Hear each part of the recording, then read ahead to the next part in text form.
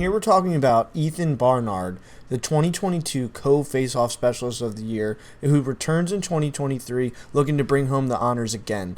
And this time he's looking to feed a potent offense all the way through, making a deeper run into the NCAA playoffs. So let's go ahead and take a deeper look and see exactly what it is that's setting himself up to be a D3 Player of the Year candidate.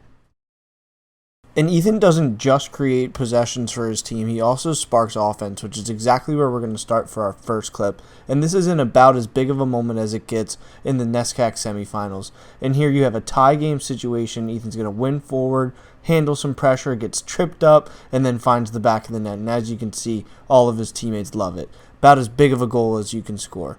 And then here we're going to see it as we continue to go through these clips, a bunch of different ways that he's winning these face-offs. A lot of times it's to himself, not even allowing these wings to get involved, and he's really crisp and concise with his exits. And then like I mentioned, once he wins the face-off, he does a really good job of creating, sparking offense. Here we're going to go forward, hit the point guy, and we get a really good look at it right away. And so as this goes through, we're going to see a bunch of different instances of similar clips like that. And in this game, he's particularly on the whistle. I mean, he's really quick with his hands, really quick to anticipate that whistle and react. And it shows. He's right all over these straws and does a really good job of being in and out and clean and crisp with his exits. Here, again, it's really impressive to me, the variety of exits. He constantly is keeping his opponent guessing, and that's going to make it a lot harder for them to counter or hit him with any type of disruption on his exits. If they don't know where he's going, they don't know how he's going to exit, it becomes a lot more difficult to anticipate that and then impact it. And then right here you see a good example where when the wings are going to give him specific options and specific looks, he's going to be able to take advantage of it. And so just before this clip, he actually signals to that wing to step down, knowing that's going to open all that space behind him. And again, he's right here with his face forward to the left, and now he's just going to go out of his back right shoulder, win into that space, and he's all over into a clean space and just really clean exit there.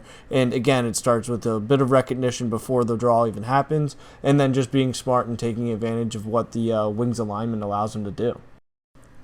And just to reiterate, one of the things that I think really separates him from the rest of the pack is his ability to just win on his own, win to himself. So when other teams are going to have a face-off guy that isn't quite up to par or maybe can't quite keep up with him on the first draw, their options are going to be to try and muck it up, try and get wings involved, try and have a face-off guy go in and jam him up, and then he's just able to take advantage of that and and make sure that it doesn't really totally impact him, doesn't throw him off his game, because he's just so good at being able to exit cleanly to himself and come up with ground balls.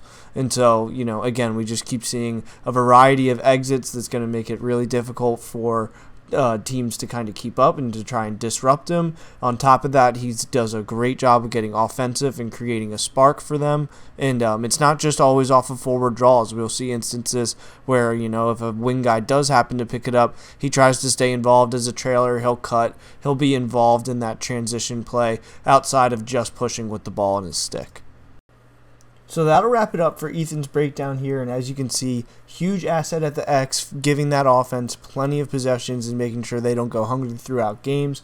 And then in addition to being able to make sure that offense sees plenty of possessions, he also does his fair share in creating offense for him right away and potentially even factoring in with a goal or two himself. And so on the season last year, he ended up at 62%, taking over 550 draws, and then ended up with nearly 200 ground balls. So quite some impressive stats there. Again, he finished the 2022 season as the Co-Faceoff Specialist of the Year, and will be looking to have another similar season here in 2023.